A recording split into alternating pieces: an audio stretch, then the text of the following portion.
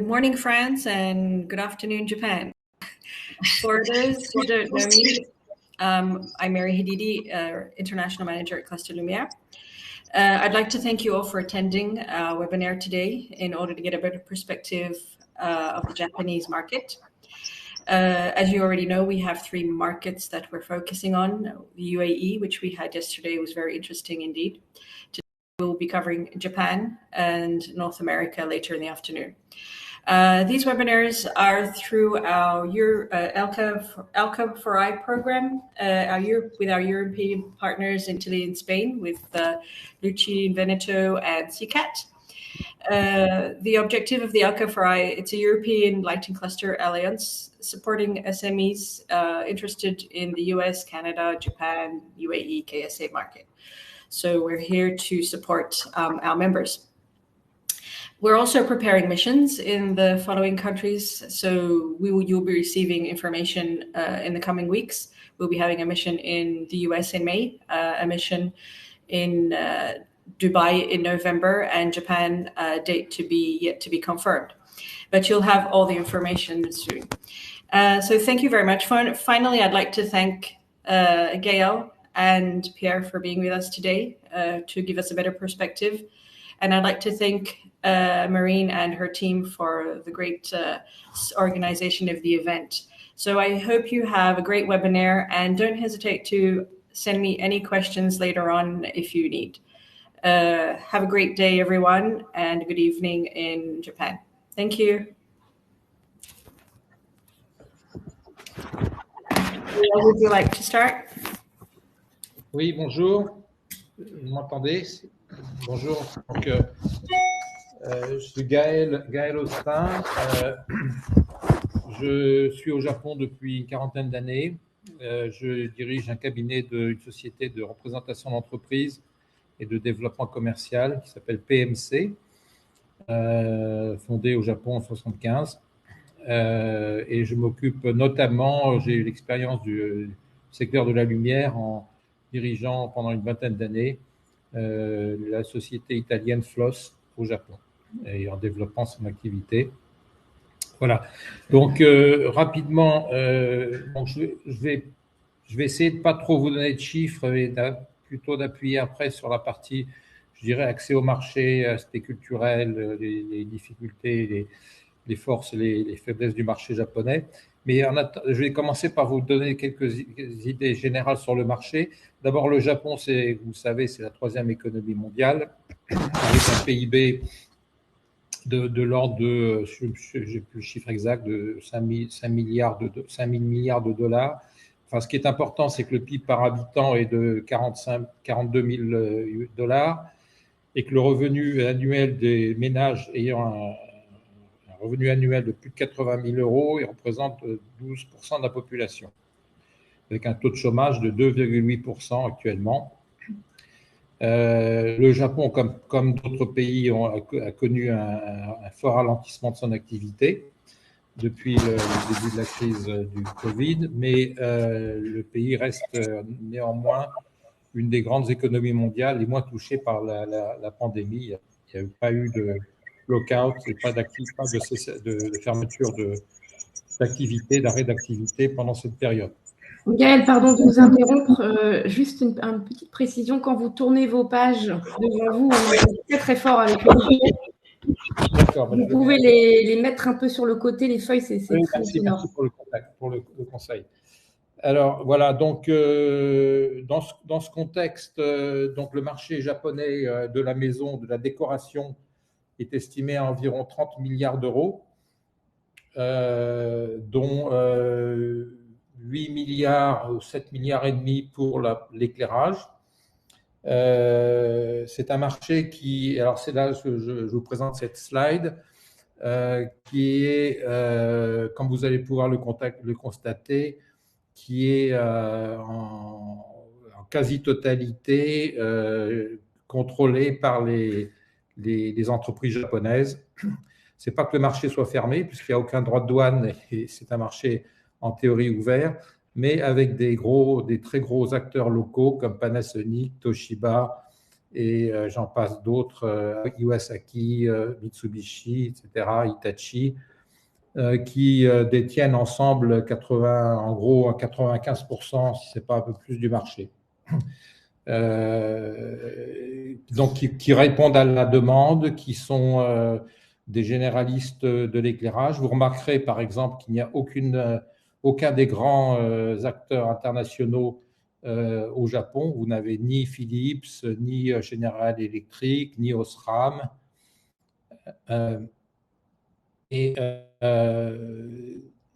Voilà. Donc c'est un marché très, très domestique, hein, comme vous pouvez le voir. L'autre caractéristique du marché, c'est que la distribution se fait essentiellement par des grossistes qui représentent près de 70% du marché. Donc une distribution très morcelée. La vente directe aux consommateurs, ça représente à peine 10% du marché. La slide suivante va vous donner des éléments sur la structure du marché.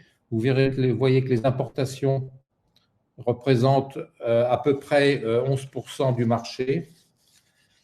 Mais sur ces importations, on en parlera un petit peu après, les importations sont pour 77% en provenance de Chine. Donc ça, c'est la slide suivante. Voilà, 77% sont en provenance de Chine. En fait, il n'y a aucune marque chinoise au Japon. Ce sont essentiellement des productions délocalisées de grands industriels japonais comme Toshiba, Mitsubishi, Panasonic, qui fabriquent en Chine, soit dans leurs propres usines, soit en OIM. Alors, la France, là-dedans, a une petite place qui est de 1,6% du marché en valeur. En quantité, puisque j'ai des statistiques de quantité, on représente à peu près 0,5% du marché, ce qui veut dire par là qu'on a un positionnement plutôt, par rapport à la moyenne, plutôt haut de gamme, avec en gros 13 millions d'euros, non 12 millions d'euros, non 13 millions d'euros, voilà, à peu près au même niveau que l'Italie. Donc ça, c'est pour les marques françaises. Par catégorie de produits, vous verrez que les chandeliers, ce qu'on appelle les chandeliers, tout ce qui est suspension, représente une partie très importante du marché, 30% à peu près, non 45%, ce qui correspond aux besoins du marché japonais. Les Japonais s'éclairent énormément avec des chandeliers ou des suspensions, des plafonniers, et très peu avec des lampes de table. Voilà. Donc c'est une des particularités du marché auquel si on vend au Japon, il faut s'adapter. Pour ce qui est des normes, bon, le Japon a la particularité d'être un des seuls pays au monde qui fonctionne en 100 volts, avec 2 fréquences en fonction de la géographie. L'ouest du Japon, c'est du 50 Hz et l'est, c'est du 60 Hz. Bon, ça ne joue pas beaucoup pour l'éclairage. C'est plus embêtant pour les appareils, les moteurs. Bon, le marché aujourd'hui est 95%, presque 97% aujourd'hui en LED. Et il y a encore un marché pour la rechange de lampes incandescentes.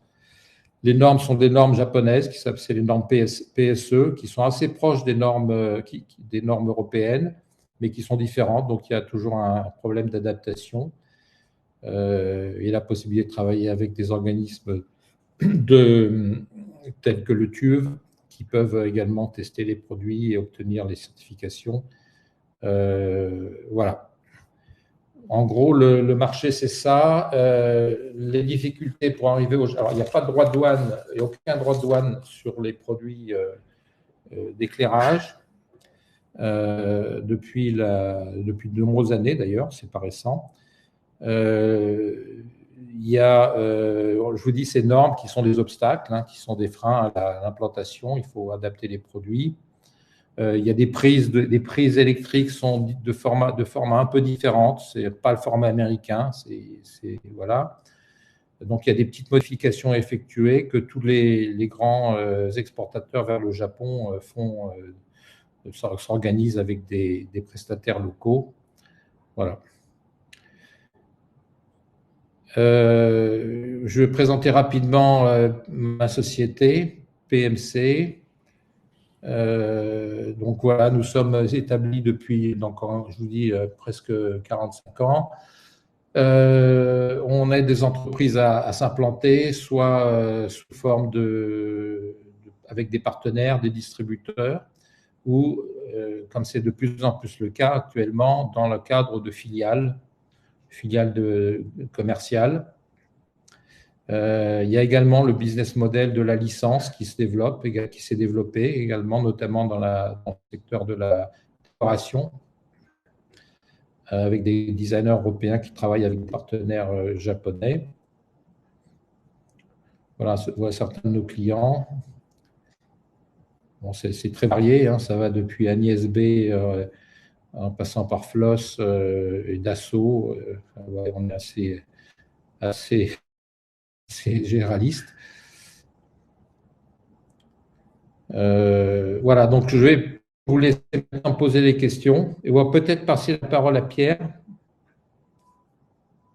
à moins que vous ayez déjà des questions par rapport à ma petite présentation. J'ai essayé d'être assez rapide. Oui, alors déjà, ce qu'on va peut-être faire, Gaëlle, si vous voulez bien, c'est qu'on va passer la salle en réunion, ce qui fait que l'ensemble de nos participants vont avoir d'un coup la possibilité d'activer caméra, micro. Donc, ils pourront poser les questions qu'ils souhaitent poser. Et puis, j'en profite peut-être pour lancer l'enquête qu'on avait envisagée, qu'on n'a pas fait au tout début, puisqu'on n'avait pas tout le monde encore. Voilà, donc je propose à nos participants de nous qualifier les attentes, quelles sont vos attentes par rapport au marché japonais, par rapport à ce webinaire. Donc, est-ce que c'est plutôt, vous êtes intéressé par le marché japonais? Est-ce que vous avez déjà travaillé avec le Japon et vous souhaitez compléter vos informations? Ou est-ce que vous cherchez particulièrement des informations sur les normes et spécifications japonaises? Donc, nos participants sont en train de répondre aux questions. Ce sont des questions à choix multiples, il me semble. Donc, vous allez pouvoir… Ah non, pardon, j'ai mis du choix unique. Donc, vous allez devoir choisir parmi ces 3 propositions celle qui vous correspond le mieux. Et de toute façon, ensuite, n'hésitez pas à poser vos questions soit par écrit dans le chat à Gaëlle, soit à l'oral, en utilisant donc les boutons qui sont en dessous de la capsule audiovisuelle. Vous nous voyez avec Gaëlle, vous avez des boutons maintenant qui sont apparus, qui vous permettent d'activer votre caméra et votre micro. Donc, on va vous laisser un petit peu de temps pour pouvoir répondre. Et puis, j'en profite pour inclure la biographie de Gaëlle dans le chat. Et vous allez pouvoir, du coup, télécharger la biographie. Alors, attendez, c'est pas comme ça. Voilà. Tac. Voilà, donc je vous ai mis les premiers textes de la biographie de Gaëlle et vous avez la suite que vous pouvez télécharger. Donc, pendant ce temps-là, on a des réponses qui s'incrémentent dans le sondage. Donc, j'attends un petit peu simplement que l'ensemble des participants aient le temps de répondre pour pouvoir vous montrer les résultats. Marine, est-ce qu'on fait attendre Pierre? Est-ce que l'intervention de Pierre, on l'a fait maintenant ou après les questions-réponses? Écoutez, si on peut laisser quelques minutes peut-être aux participants s'ils veulent poser des questions tout de suite. Si on voit qu'il n'y a pas de questions, on enchaîne avec l'intervention de Pierre. Je pense que c'est ce qu'il y a de mieux. Je vais clôturer le vote et vous montrer les résultats. Voilà, donc sur les… Et on a une première question pour vous. Donc, par rapport à l'auditoire, donc une partie de l'auditoire, effectivement, répond qu'il est intéressé par le marché japonais, mais vous êtes un peu plus nombreux à chercher des informations sur les normes et spécifications. Donc, Gaël, je ne sais pas si vous aurez l'occasion de creuser un petit peu cet aspect-là. Et on a une minorité de participants qui travaillent déjà avec le Japon. Donc, a priori, plutôt des participants qui ont un intérêt, mais qui n'ont pas encore travaillé avec le Japon. Alors, je propose de poser cette première question sur l'éclairage public japonais, une question de Tania. Alors, malheureusement, je n'ai pas d'éléments concrets, je n'ai pas d'informations. Hein. Je peux essayer d'en trouver et répondre séparément, mais je n'ai pas sous la main d'éléments. D'accord. Donc, on note la question de Tania. C'était plus sur l'éclairage public, d'accord. Je note votre question. Ok, donc on note votre question, Tania, et puis Gaël pourra vous répondre a posteriori sur ce sujet-là. Concrètement, c'est plus vous souhaitiez avoir des éléments plutôt sur en termes de taille du marché, Donc Tania, vous pouvez soit répondre, elle est en train d'écrire dans le chat.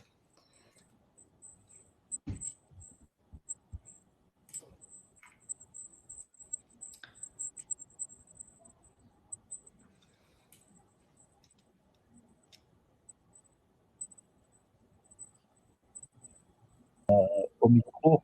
Effectivement, là, on aborde un autre pan du Japon qui sont les marchés publics, avec les particularités des marchés publics, et en particulier, donc on peut le remarquer sur une autoroute, la nouvelle autoroute entre Tokyo et Osaka, où l'éclairage n'est pas, ne résulte pas des mêmes standards tout le long. Par exemple, dans les tunnels, c'est presque tunnel après tunnel. Il y a un choix très local également, donc avec le risque de copiage. Donc, il y a des caractéristiques très particulières des appels d'offres publics au Japon, et en particulier dans le secteur urbain, de la maintenance des routes, mais avec bien sûr des constructeurs locaux dont quelques-uns sont d'ailleurs nos clients. On en reparlera peut-être après. Et bien sûr, même, par exemple, Stanley Electric, les LED de la Tour Eiffel sont pour partie d'origine japonaise par Stanley Electric. Donc, le Japon est d'ailleurs relativement exportateur d'éclairage public. Donc, voilà. Donc, mais bien sûr, c'est un marché, lorsqu'on l'étudie en détail, il y a certainement donc des opportunités comme ailleurs. Ça mérite d'être, approfondi. Très bien, je vous mets simplement la demande de précision de Tania. Donc, elle précise qu'elle est intéressée par des informations de type taille du marché, acteurs principaux, gestion intelligente de l'éclairage public.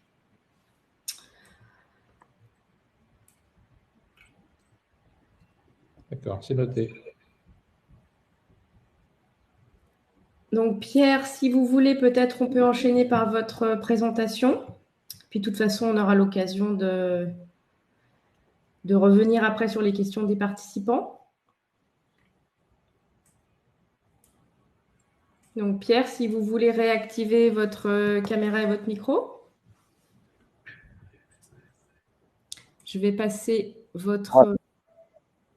Donc moi-même, même si je suis actif dans le monde de la lumière à l'heure actuelle, puisqu'on verra après que nous sommes spécialistes dans une niche étroite qui est celle de l'exploitation de la mesure et de l'affichage des luminances, ma contribution sera beaucoup plus narrative. Je n'ai pas autant tout à fait, mais presque, d'années d'expérience du Japon, puisque là aussi, il y a pratiquement donc 40 ans de relations avec le Japon. Et donc, je vais aborder ce pays-là un peu par quelques traits de mon expérience ici. dans le cas d'un projet commercial ou un projet industriel en relation avec le Japon, vous vous posez certainement la question, qu'est-ce que va devenir votre initiative, prévoir ce qui pourrait en advenir dans quelques années. Mais bien sûr, vous savez que l'avenir n'est pas prévisible, donc je vais plutôt faire un retour en arrière et de proposer peut-être de répondre indirectement à cette question en partageant quelques éléments donc, de mon expérience personnelle dans ce pays.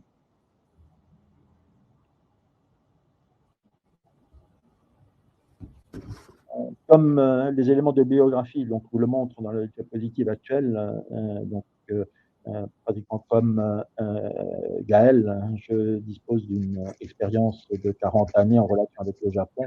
Depuis 1981, qui est ma date de sortie à Lyon de l'ENTPE. L'ENTPE, d'ailleurs, étant membre fondateur du cluster lumière.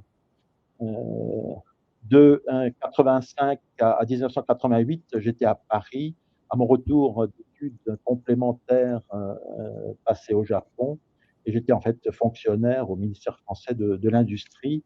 Et il se trouve que j'ai aidé, en tant que conseil commercial, si je puis dire, un industriel japonais, un industriel spécialisé dans la fabrication des structures en métal des ponts, qu'ils soient routiers ou ferrés, par exemple des tabliers de pont, parce que cet industriel a recherché en France des joints de chaussée afin d'étoffer son offre, puisqu'il était jusqu'à présent dans le secteur des travaux neufs d'ouvrage d'art, et il a compris qu'il pouvait franchir une étape de sa stratégie en complétant son offre par une offre complémentaire orientée vers la maintenance des ouvrages d'art. Et donc, il a recherché en France des joints de chaussée performants pour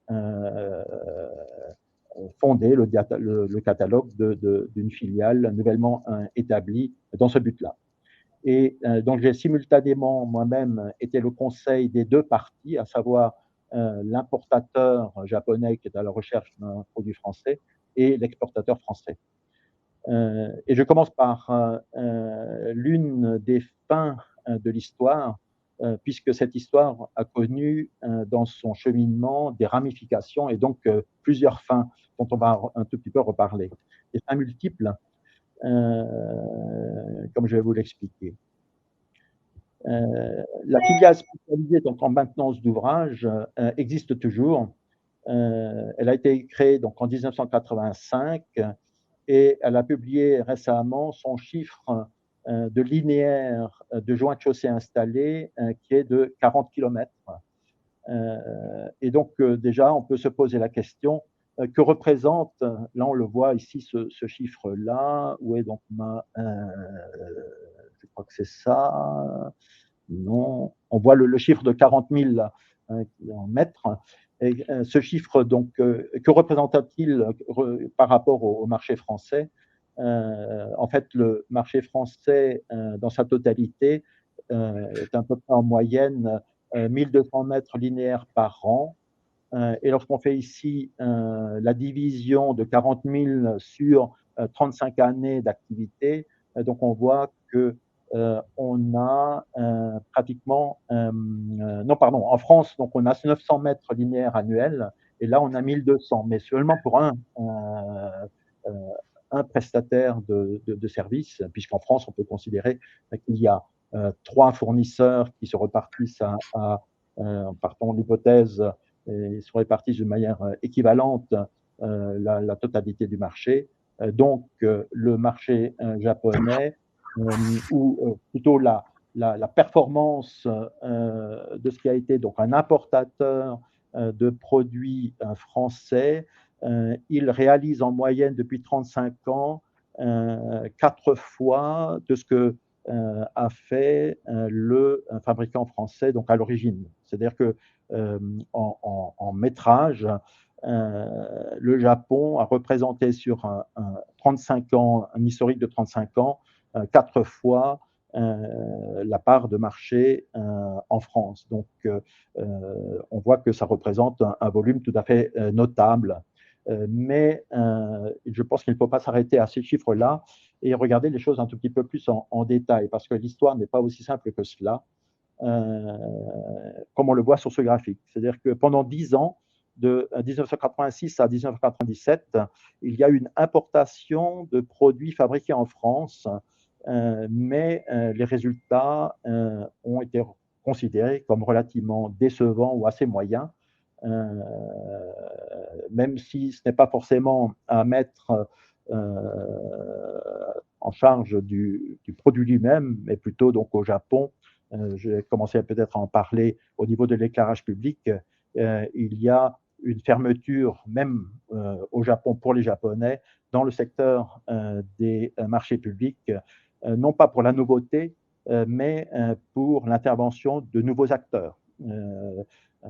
On est bien resté entre soi et il y a, même si les marchés publics, il y a des appels d'offres comme ailleurs, ils sont a priori ouverts, mais il se trouve toujours qu'on reprend à peu près toujours les mêmes.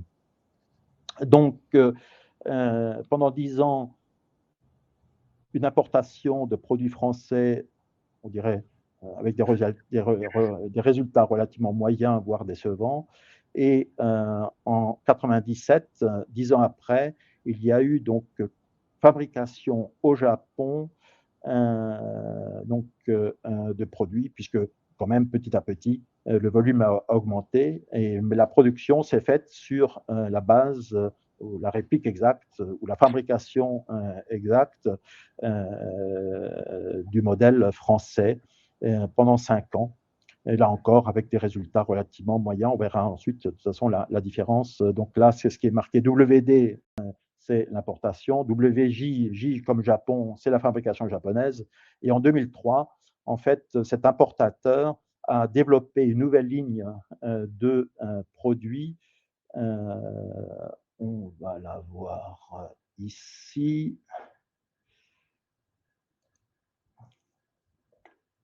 Ici, on voit en coupe en vert à gauche, ici, donc le produit de conception et de fabrication japonaise par rapport au produit à droite d'origine française. Et là, tout d'un coup, les résultats commerciaux et industriels sont au rendez-vous. Et donc,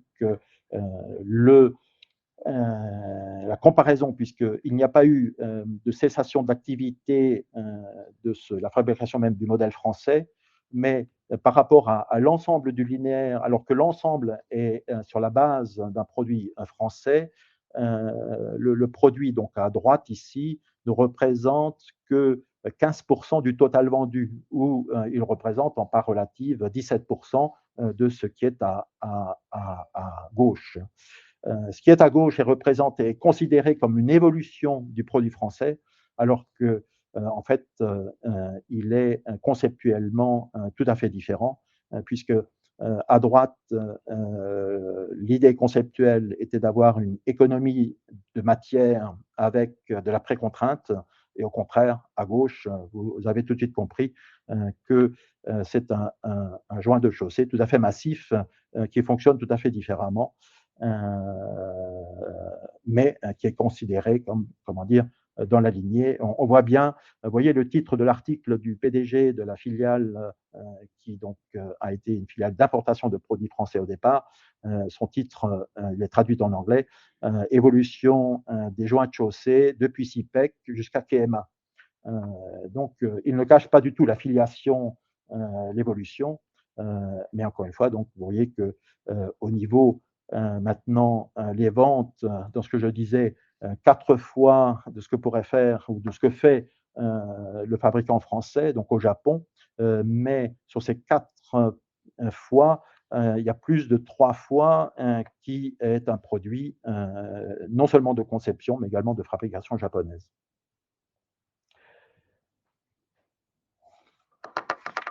Donc, moi, je ne vais pas tirer de cette affaire aucune conclusion d'ordre général. Hein. Je vous laisse, puisque donc ici, là encore, le Japon est tout à fait transparent. Il y a sur la page web de cet industriel, donc cette filiale spécialisée maintenant dans la maintenance, et en particulier le joint de chaussée. Elle publie très en détail, puisque ce sont des marchés publics, donc il y a publication des contrats, et donc on voit bien ici, là, donc vous avez, par exemple, pour l'année 2020, 7 pages et 20 mètres linéaires en moyenne par affaire, alors que pour le produit, certes fabriqué localement, mais d'origine française, il n'y a que 4 pages, et on voit que la moyenne est de 6 mètres linéaires seulement en moyenne. Donc on voit, comment dire, là je ne fais que le constat, je ne vais pas me lancer dans des interprétations, que comment dire, il y a un succès fondé sur un produit français, mais justement maintenant on va voir où elles sont, quelle est la participation des intérêts français en la matière. Donc, en fait, on revient donc au début de l'histoire, donc de 1987, et en fait, la société, donc elle s'appelait SIPEC, n'existe plus dès l'année suivante, 1987. Son propriétaire l'a vendue à une filiale d'un grand groupe français, dont la filiale, donc de précontrainte, était déjà établie au Japon via un licencié. Mais l'équipe de cette société SIPEC a quitté également le navire, donc il n'y a pas eu beaucoup d'attention accordée à ce produit au Japon en particulier, ce qui donc a laissé les mains libres aux partenaires ou à l'acteur local, comme je viens de le dire. Donc, encore une fois, je vous laisse réfléchir aux éventuels enseignements que vous pouvez tirer de cette affaire. Je suis bien sûr à votre disposition pour en discuter si ça vous intéresse, si vous avez des questions. Mais bien sûr, vous pouvez vous poser l'autre question, c'est est-ce que moi-même, à titre personnel, est-ce que je me suis bien tiré de cette affaire? Est-ce que j'ai été correctement rémunéré? Là, ce qui est important de savoir, c'est que j'ai parlé donc d'un groupe industriel dans les ponts qui a créé une filiale, qui a cherché un produit en France. En fait, il s'agissait d'un pantouflage d'un fonctionnaire, d'un haut fonctionnaire japonais, qui, dans les années 50, donc il avait 55 ans lorsqu'il a pantouflé de l'administration japonaise, du ministère de l'aménagement du territoire, vers cet industriel dont il est devenu le vice-président, chargé justement de cette nouveauté stratégique de maintenance fondée sur l'exploitation des joints de chaussée. Mais il faut savoir donc que comme il a été en stagiaire en France dans les années 50, il connaissait la France et donc il avait un a priori positif pour les produits français. Il a cherché, il a trouvé, moi-même je l'ai conseillé. Mais la rémunération, si je puis dire, dont j'ai bénéficié, n'est pas directement une rémunération financière, mais d'un autre ordre, comme je vais un tout petit peu vous le raconter.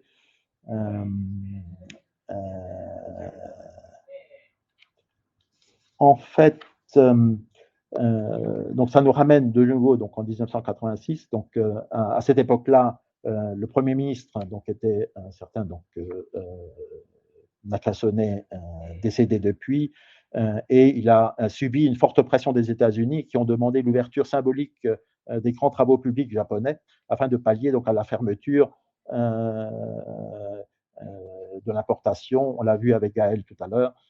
Comment dire, lorsque, y compris les importations venues de Chine, ça fait donc plus de 95% de produits domestiques. Gaël a bien dit que le marché est un marché important, mais tout à fait domestique. Et en particulier, à cette époque-là, le secteur automobile était bien également objet de friction entre les États-Unis et le Japon. Et donc, en réponse, l'administration japonaise a décidé d'ouvrir les deux plus grands projets de travaux publics du moment.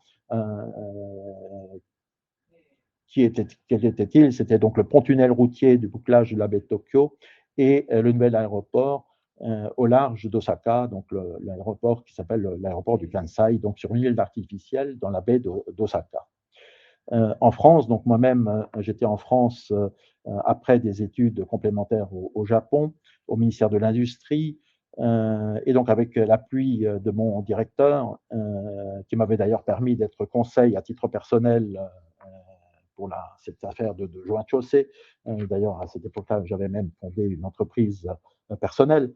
Donc, toujours avec l'appui de mon directeur, on a essayé d'intéresser Aéroport de Paris. Ça n'a pas été très facile, puisque, comme d'autres, ils disaient, mais les Japonais sont très bons chez eux, même ils exportent en Asie des aéroports. Qu'est-ce qu'on a vraiment, a-t-on des choses à y faire? Et donc, le parti pris était non pas de suivre les Américains, de simplement saisir un strapontin suite donc à des pressions diplomatiques en n'apportant pas grand-chose au projet, mais par contre, donc il y avait 3 plans masse pour cette île de 500 hectares sur la baie d'Osaka, avec 20 mètres de profondeur, avec des terrains d'ailleurs, un sous-sol tout à fait compressible, donc des conditions assez difficiles, donc une grande valeur du terrain et donc une utilisation maximum à trouver. Et donc la France, avec Aéroport de Paris et le ministère, ont proposé un 4e plan masse pour cet aéroport. Et c'est grâce finalement à cet industriel des ponts, là on voit, donc en fait il s'agit de Kawada Industries, qui donc m'a introduit auprès de la direction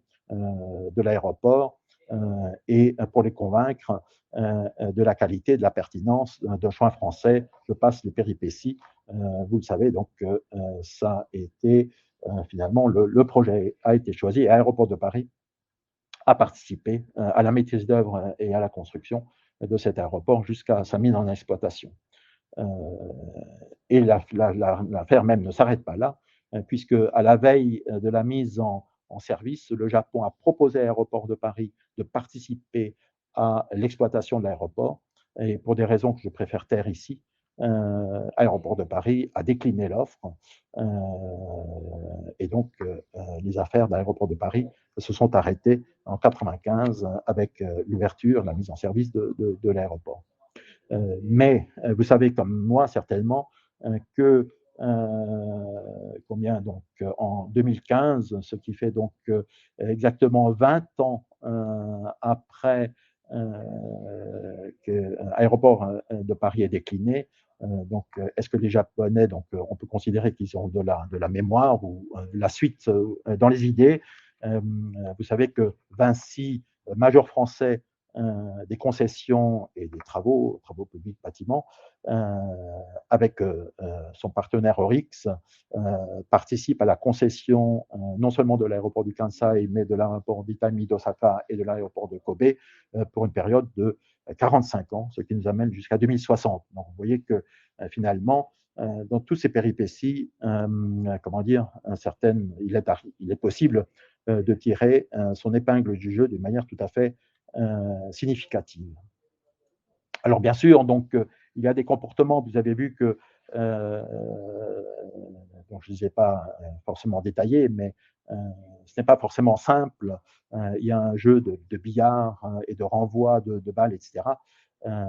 Et lorsque moi j'ai été étudiant, je me souviens qu'un de mes professeurs avait dit, mais pour comprendre le Japon, il faut avoir compris le système traditionnel de gestion de l'eau des rizières. Il est vrai que ceci donc a donné lieu à un patrimoine, enfin une sélection en tant que patrimoine mondial agricole. Je passe les détails. Je ne suis pas sûr que ce soit vraiment toujours la clé, sachant qu'au Japon comme ailleurs, il y a une grande diversité d'acteurs. Il y a des gens de qualité qui ont de la mémoire. Il y a des gens de moindre qualité qui n'ont pas forcément la mémoire des choses. Donc voilà.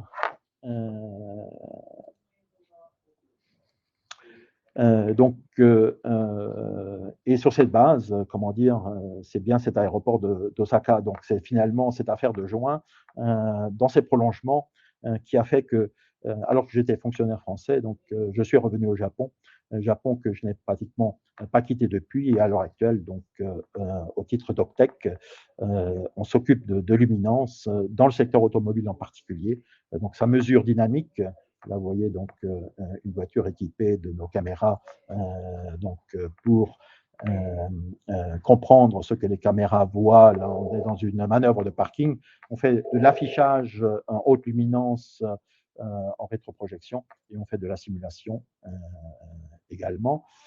Et d'ailleurs, Octech, société japonaise, va cette année s'implanter en Europe, en particulier donc à Lyon, et tout près du cluster, qui se trouve donc au comment dire, deuxième étage de ce bâtiment qu'on voit à gauche, Lumen. Nous-mêmes, nous allons aménager et exploiter la salle de projection en haute luminance qui est unique dans son genre au monde à Lyon. Donc là aussi, on peut dire que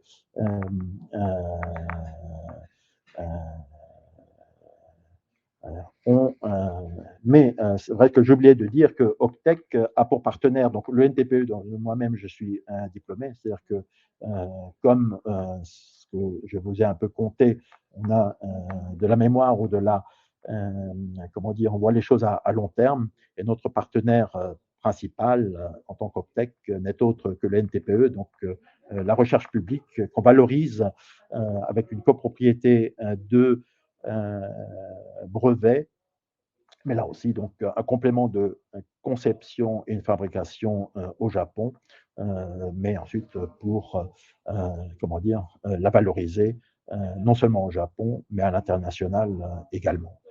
Donc voilà ce qui nous concerne, et donc exprès j'ai pris un tout petit peu un exemple autre que celui directement de la lumière ou des luminaires, comment dire, pour faire peut-être un peu mieux comprendre certains aspects de ce qu'est le Japon. Donc voilà, je termine ici ma présentation, et bien sûr, je suis tout à fait prêt à répondre à d'éventuelles questions avec Gaël, bien sûr, également. Pierre, merci. Pour rebondir sur la question de Tania concernant l'éclairage public, sachant que, bon, comme tu l'as expliqué, les marchés publics sont forcément, sont difficiles à capter directement par des entreprises de l'étranger. Est-ce que un partenariat avec un industriel local est la façon que tu recommandes de par ton expérience? Oui, tout à fait. C'est-à-dire que je pense qu'il y a quelque chose d'intéressant qui a été dit, c'est l'intelligence, comment dire, de la gestion. Là, je pense que l'Europe et pourquoi pas la France a certainement donc une avance et que un partenariat est tout à fait donc envisageable. Comment dire, donc il y a d'ailleurs comment dire, qui est, c'est vrai, il est peut-être beaucoup moins dans le public. En fait, dans le secteur automobile, par exemple, il y a uniquement 3 acteurs japonais, dont l'un est filiale maintenant de Valeo. Hein. Donc, l'autre est Koito, lié à Toyota, et le troisième est indépendant, Stanley, mais relativement le maillon faible. Et à un moment, d'ailleurs, Ella, qui maintenant a été racheté par Faurecia, Ella voulait racheter Stanley. Donc, il y a toujours donc un maillon faible qui peut être toujours comment dire, intéressé par se muscler grâce à des apports ou à des partenariats avec l'étranger. Donc oui, tout à fait. Et ensuite, c'est une question de cas par cas, d'affinité, de regarder en détail quel est le plus technique, etc. Mais les choses sont tout à fait, donc, comment dire, ne sont pas du tout fermées. Hein. J'ai regardé pendant ton intervention rapidement, il y a une société américaine qui s'appelle Echelon, qui a l'air assez active au Japon en partenariat avec Iwasaki. Toujours en partenariat également une société, je pense que c'est néerlandais, qui s'appelle Heliospectra, qui travaille également dans l'éclairage public intelligent, qui travaille avec un partenaire japonais qui s'appelle Arahara. Donc il semblerait que toutes les groupes étrangers présents au Japon travaillent avec des partenaires locaux. Tout à fait. Iwasaki est le major de l'éclairage urbain. Tout à fait. Il y a ensuite Panasonic et Mitsubishi. Stanley aussi, mais Stanley, c'est davantage pour les tunnels. Tout à fait. Donc, c'est certainement, comment dire, ce qui peut être recommandé ou une approche à partir du moment où le rapport de force est équilibré. Là, c'est d'où un peu l'exemple que j'ai essayé de citer lorsque on peut tenir la distance. Oui, tout à fait. Donc, c'est une chose qui peut absolument se concevoir. Il y a également une société française, Streetlight Vision, qui est active au Japon, apparemment en partenariat avec une société de trading, Itochu. Donc, je ne sais pas si Tania connaît cette société, mais il semblerait qu'il y ait des acteurs français au Japon dans le domaine de l'éclairage public. Donc, à creuser. Hein. C'est un domaine que je ne connaissais pas.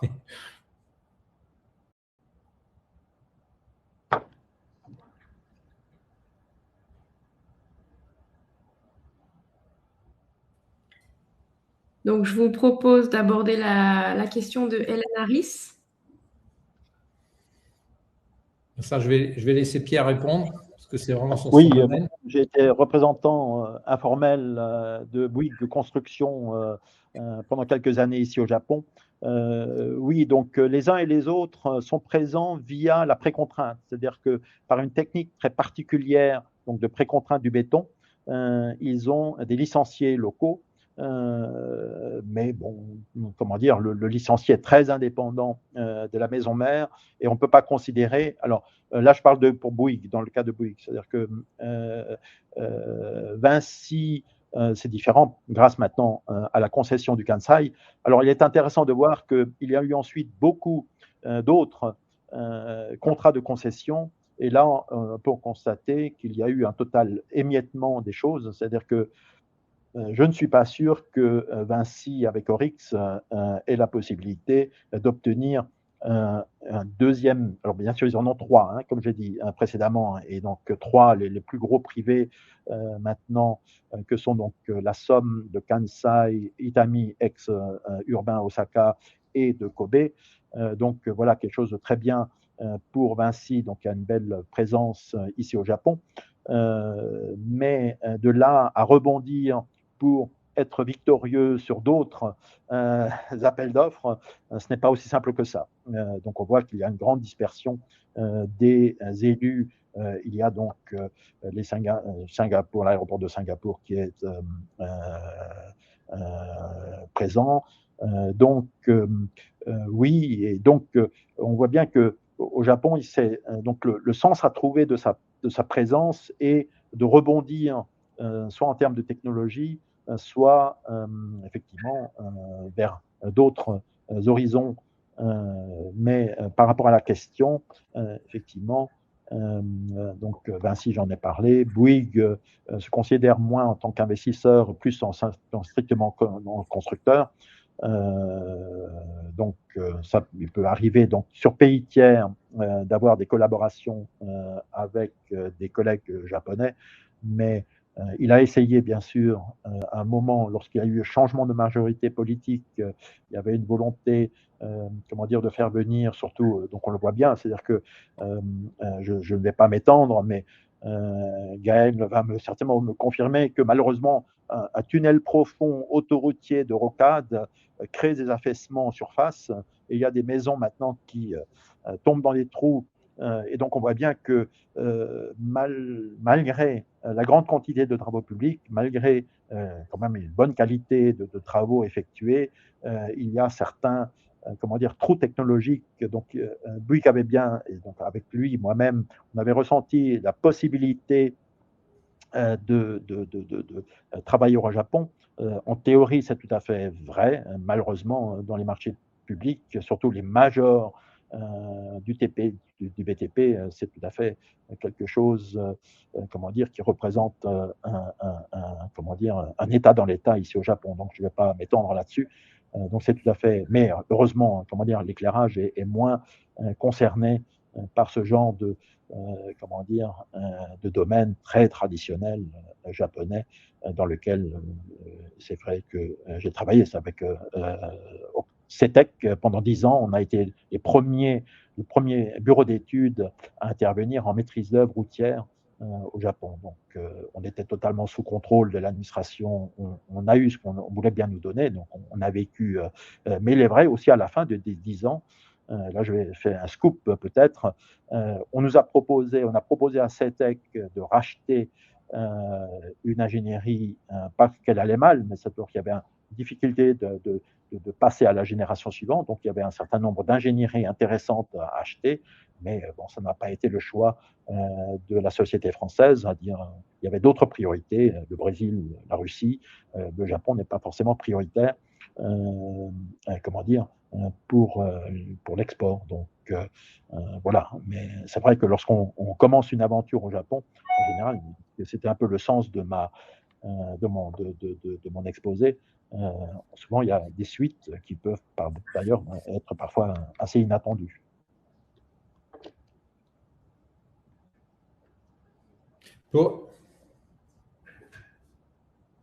Je vous propose de prendre le commentaire de Philippe Badarou. Oui, le commentaire de Philippe Badarou, oui, c'est effectivement, il est impératif dans le domaine industriel et dans le domaine du marché public d'avoir un partenaire local. Dans le domaine des marchés, je dirais, grand public, consommateurs, non, ce n'est pas indispensable. Vous pouvez travailler directement avec une filiale qui va s'adresser directement aux détaillants ou aux commerçants en ligne. Donc ça, c'est moins indispensable. Mais dans le domaine industriel, oui. Et d'ailleurs, vous avez posé la question concernant les entreprises comme Vinci ou Bouygues. Il y a d'autres cas de succès au Japon, notamment par exemple Veolia, dans un autre domaine, le traitement d'eau, qui est extrêmement bien implanté au Japon de façon très discrète, mais au travers d'un grand nombre de filiales de sociétés qu'ils ont rachetées. Donc pour pouvoir obtenir ces marchés publics, ils restent japonais dans le sens, ils gardent le contrôle de ces sociétés, mais avec des identités locales et une stratégie très intelligente. Et aujourd'hui, je n'ai pas le chiffre en tête, mais c'est une quinzaine de filiales, notamment en région, qui leur permettent je dirais, d'obtenir tous les marchés locaux dans le domaine du traitement d'eau. Donc, vous voyez, il y a et sans partenaire, c'est-à-dire que c'est uniquement par acquisition.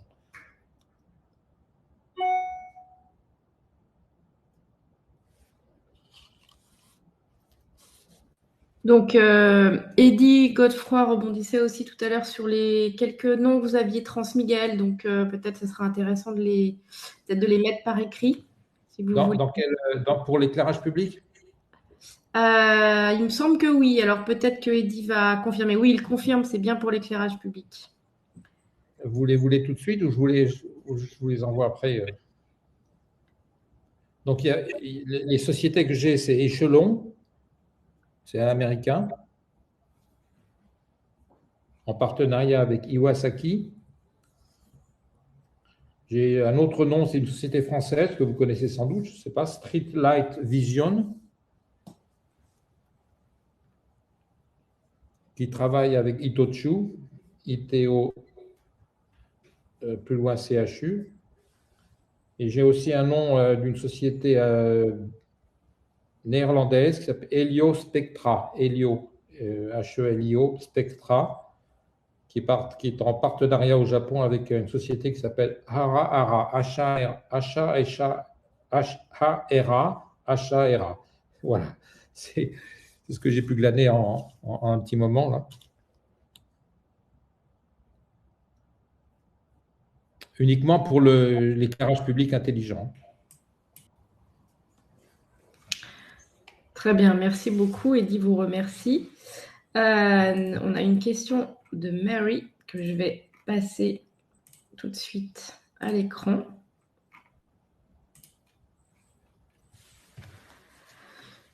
Donc, Marie se pose la question des attentes en matière légale pour les produits d'éclairage. Ce qui est important pour le cluster lumière pour avoir une perspective peut-être plus fine. Je ne sais pas si vous avez ça dans vos slides, Gaël. En tout cas, moi, je peux remettre vos slides à l'écran. Oui, s'il vous plaît. Elles sont là, voilà.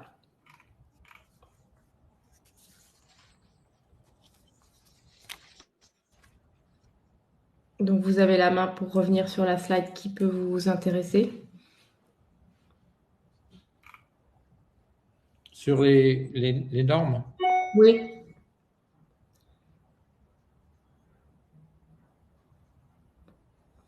Donc ça concerne surtout disons, le matériel, les équipements d'éclairage individuel. Hein. Donc, je sais pas dans l'éclairage public. Vous parlez de l'éclairage public? J'ai pas bien compris la question. Alors, je pense que Marie n'a pas forcément précisé, il me semble, dans la question, si on revient dessus. Could you back up your slide with legal requirements for light? OK.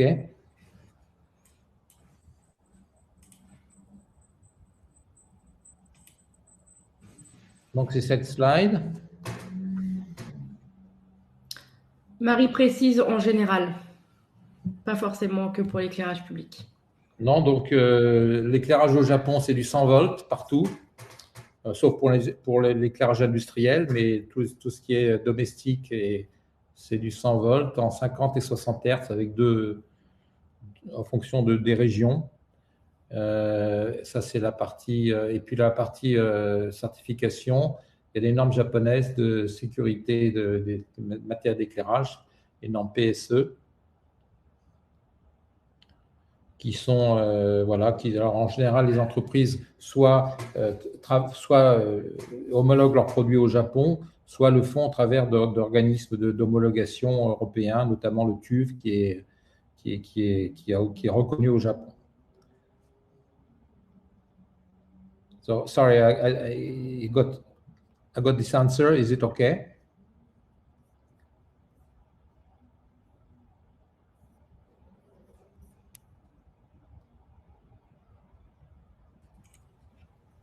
Donc, Mary est en train d'écrire. Elle vous remercie pour la réponse. Alors, j'invite les participants qui auraient d'autres questions à les poser à Pierre ou Samuel. J'ai des éléments de réponse là pour l'éclairage public, les grands acteurs. Je peux les mettre je peux les afficher si vous voulez. Oui, bien sûr. C'est sur votre ordinateur? Oui, je peux les afficher si vous me donnez, je ne sais pas où. Oui, faire. En fait, c'est le partage d'écran. Vous avez la possibilité de l'activer. Vous avez les droits. C'est le petit bouton juste à côté de caméra micro dans la capsule audiovisuelle, là où on a les webcams. Vous avez un bouton rouge, partage d'écran. OK. Attendez. Donc, il faut cliquer sur le bouton et après, il faut que vous sélectionniez la fenêtre sur votre ordinateur que vous souhaitez partager. J'ai pas, attendez, j'ai un document.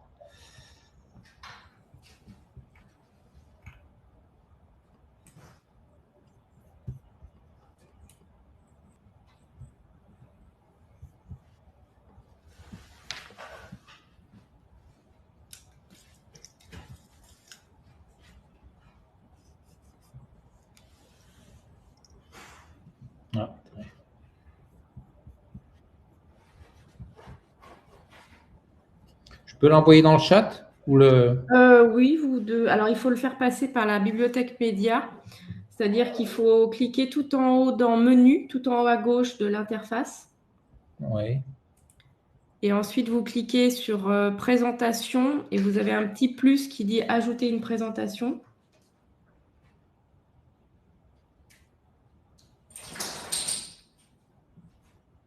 OK. Et une fois que vous êtes là, vous avez la possibilité de transférer un fichier. Est-ce que vous voyez cette fonctionnalité? Oui, attendez. Sinon, au pire, vous me l'envoyez par mail et je le mets dans la salle. L'envoyer par mail et puis vous le mettrez. D'accord. Très bien. Bon, on va faire comme ça. Ce que je vous propose en attendant de récupérer le fichier, c'est de peut-être vous proposer de répondre à la deuxième enquête qu'on avait identifiée. Donc, c'est plutôt sur la suite à donner pour vous. la question des étapes suivantes. Donc, est-ce que pour les étapes suivantes pour vous, vous souhaiteriez obtenir plus d'informations sur les opportunités du marché ou est-ce que vous êtes intéressé par un contact individuel avec Gaël pour avancer sur votre projet? Voilà, donc on vous laisse quelques instants pour répondre à cette question. Et puis, Marie, vous pouvez envoyer par email les informations. Parfait, je l'ai. Donc, je vais le... Ah oui, d'accord. Donc, vous me l'avez mis directement dans le mail. Ouais. Bah, du coup, je peux peut-être le copier-coller dans le chat. Ce sera peut-être aussi bien, finalement. Hop, voilà. Donc, j'ai mis dans le chat ce que Gaël m'a envoyé par email. OK. Et puis, donc, pour ce qui concerne les... Donc, les deux grands acteurs dans l'éclairage public, c'est Endo. Ah, attendez, je n'ai pas la bonne. Je suis en train de je vais publier votre liste, voilà.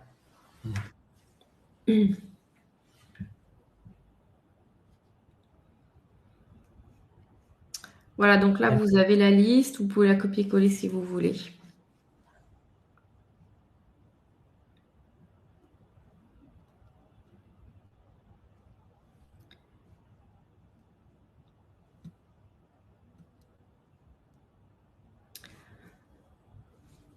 Très bien. Alors, juste pour vous donner les résultats, alors là, on est sur l'autre enquête. Il faut que je reprenne, voilà, sur la suite. Donc, les participants ont répondu qu'ils souhaitaient plutôt avoir des informations supplémentaires sur les opportunités du marché japonais.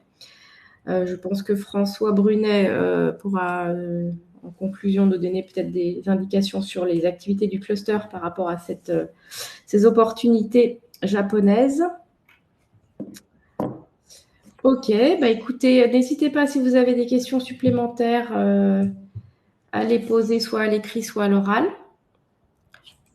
On va se mettre en mode un petit peu, voilà. Les intervenants sont là pour répondre à vos questions. Je ne sais pas si François, tu es dans la salle et disponible pour peut-être nous donner quelques mots de conclusion. Alors, je vais publier le commentaire de Philippe Badarou. Voilà. Donc, le savoir-faire français est très reconnu au Japon, pas qu'en matière de vin ou de luxe. Mais nous pêchons souvent par manque de patience et aussi d'une certaine suffisance. C'est un peu ce qu'on a entendu hier sur le Moyen-Orient. Le Japon est le pays de la qualité, il ne souffre pas de compromis. Alors ça, c'est un peu différent de ce qui a été dit hier. Qu'en pensez-vous, Pierre et Gaël? Pierre, si tu veux, à toi.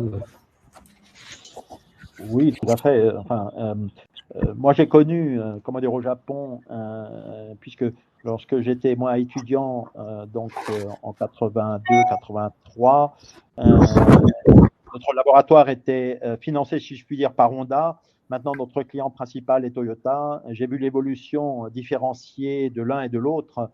C'est vrai que maintenant, nous sommes notre client principal. On est habitué à une certaine discipline et une certaine qualité donc par Toyota. Et c'est ce qui fait que moi-même, je suis bien sûr français, mais on pense qu'on a les moyens d'aborder le marché international d'une manière assez sereine, compte tenu de la qualité de ce qu'on fait et de ce que nous sommes obligés de faire quotidiennement ici au Japon. Donc, oui, tout à fait.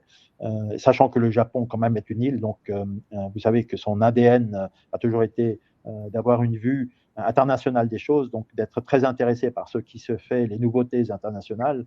Et donc, ça dépend totalement du jeu d'acteurs, comment dire, de la manière de valoriser et de vivre une histoire avec son partenaire japonais ou par rapport au marché japonais. Et comme le dit tout à fait donc Philippe Badarou, c'est bien comment dire la clé. Et c'est un peu l'histoire que j'ai voulu raconter. Donc le japonais n'a pas hésité à mener sa barque. Par contre, donc le français était beaucoup moins présent. Donc c'est un défi à relever par comment dire le partenaire ou l'initiateur ou l'interlocuteur français de faire valoir ses droits et d'être tout à fait présent. Mais il est vrai ensuite qu'assez rapidement, c'est une question donc peut-être d'investissement, de prise de risque. Et donc, il faut donc voir ça d'une manière relativement à la fois en long terme et jusqu'où va son initiative. J'ai bien connu, comment dire, CETEC a été là, présent d'une manière tout à fait unique pendant 10 ans. Comment dire, elle n'a pas pris comment dire, l'opportunité suivante. Pareil pour l'aéroport de Paris, mais il y en a d'autres. Comment dire, donc on voit que donc c'est tout à fait d'accord. Le nombre d'exemples est tout à fait important qui viennent corroborer cette remarque. Tout à fait. Donc c'est à celui qui veut bien, comment dire, se donner la peine.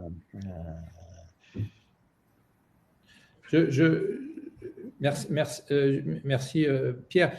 Pour revenir sur le commentaire de Philippe Badarou, je suis parfaitement d'accord, hein, le commentaire est juste. Je pense qu'il faut nuancer quand même. Il y a deux façons de voir la France. La France est très, très bien et très reconnue du grand public, effectivement, pour ses industries du luxe, pour la qualité, la gastronomie, etc.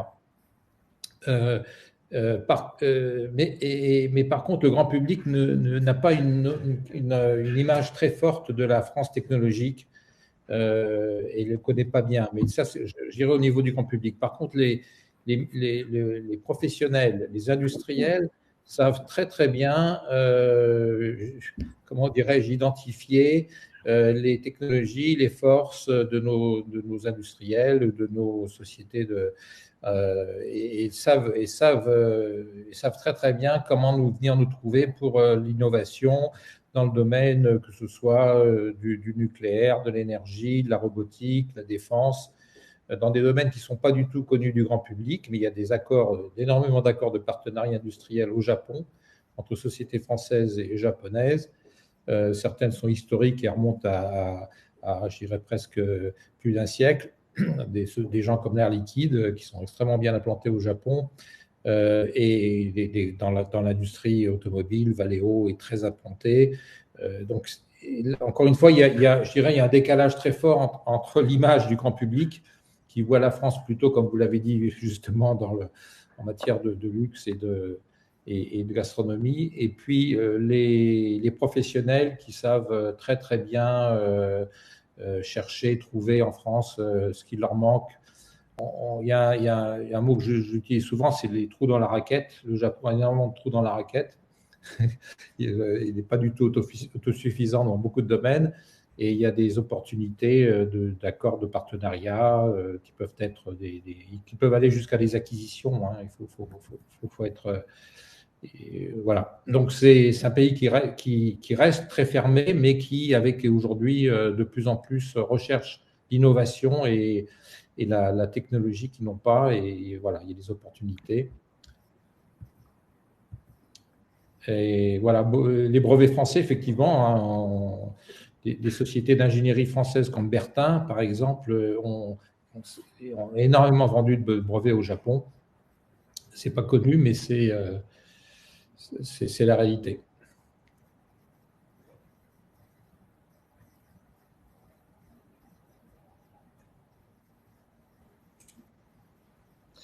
Alors, pour revenir à la lumière, je pense que tout ce qui est lié au grand public, aux consommateurs et, je dirais, à la maison, à la décoration, l'amélioration de l'habitat, etc., la France a beaucoup d'atouts. Hein, donc, c'est également un sous-secteur de l'éclairage qui est avec un gros potentiel au Japon.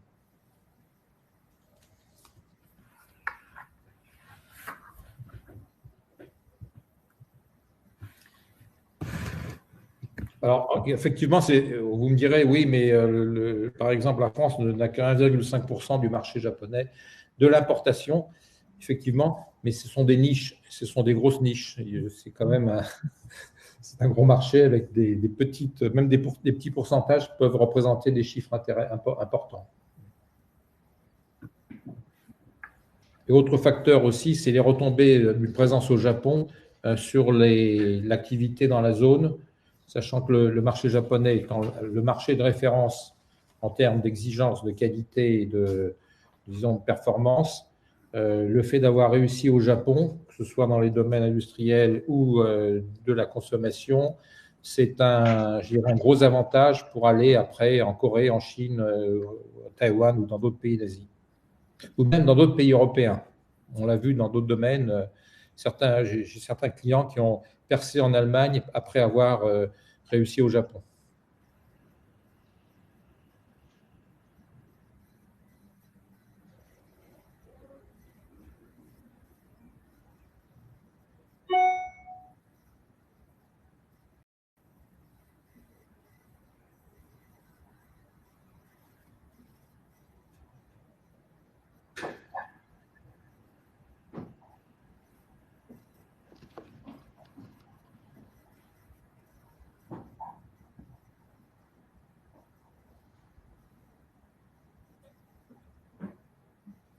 Oui, tout à fait. Comment dire, il y a une parfaite relative en transparence.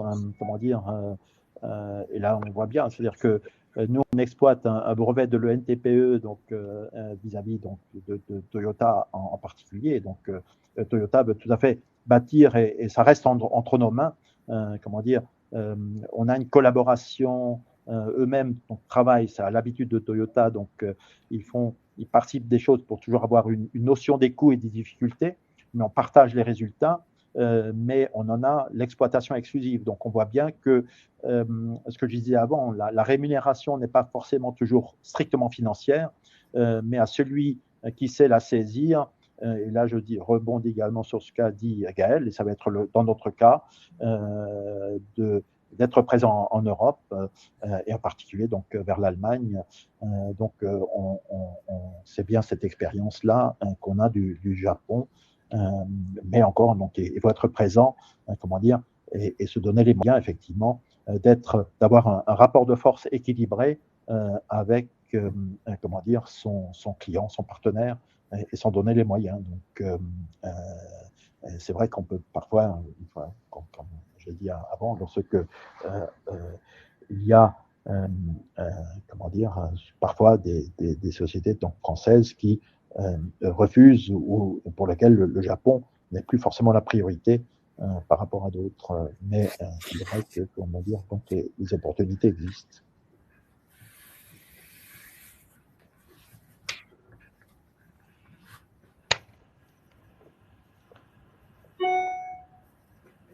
Oui, absolument.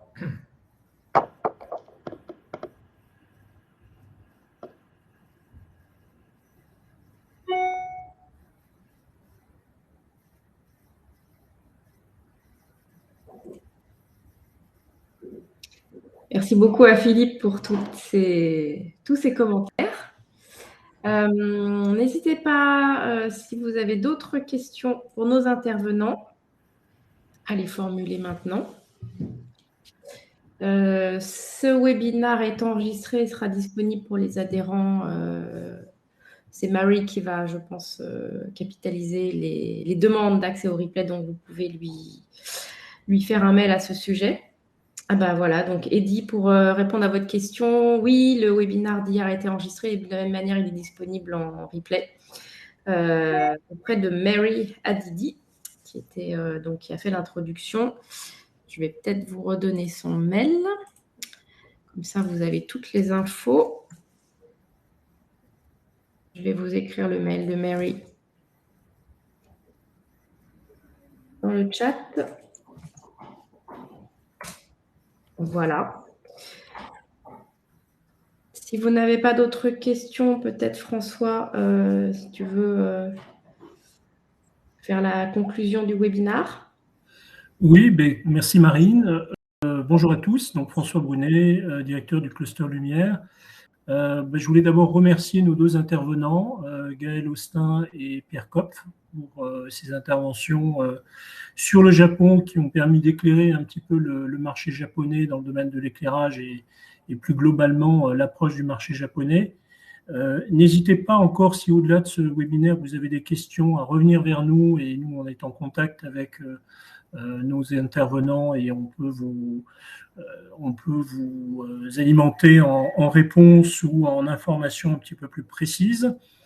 Donc, je rappelle que ce webinaire a été organisé donc, dans le cadre de projet européen ELCA4I. Voilà, donc vous avez les 3 webinaires. Donc, aujourd'hui, c'était le Japon. Hier, on a fait donc le Moyen-Orient. Et cet après-midi, pour les personnes qui sont intéressées, à partir de 16h, c'est le marché d'Amérique du Nord, c'est-à-dire États-Unis, Canada. Donc la même formule avec l'aide d'un expert ou de 2 experts donc, qui vont nous donner des informations extrêmement concrètes sur l'approche du marché américain en termes de produits, en termes d'innovation, en termes de réglementation, de certification, enfin toutes les questions que vous pouvez poser par rapport au marché américain. Voilà. Et puis, comme l'a dit également Marie en introduction, au-delà de ces webinaires, on travaille sur l'organisation de missions. Donc, il y aura bientôt une mission au mois de mai qui sera organisée sur le mois de mai. Et donc, vous aurez une information dans les semaines qui viennent. Moyen-Orient, ça sera plutôt sur la fin de l'année au mois de novembre. Et le Japon, c'est à l'étude. Il est évident que c'est en termes d'organisation, en termes de moyens financiers, une mission qui pourrait demander plus de moyens.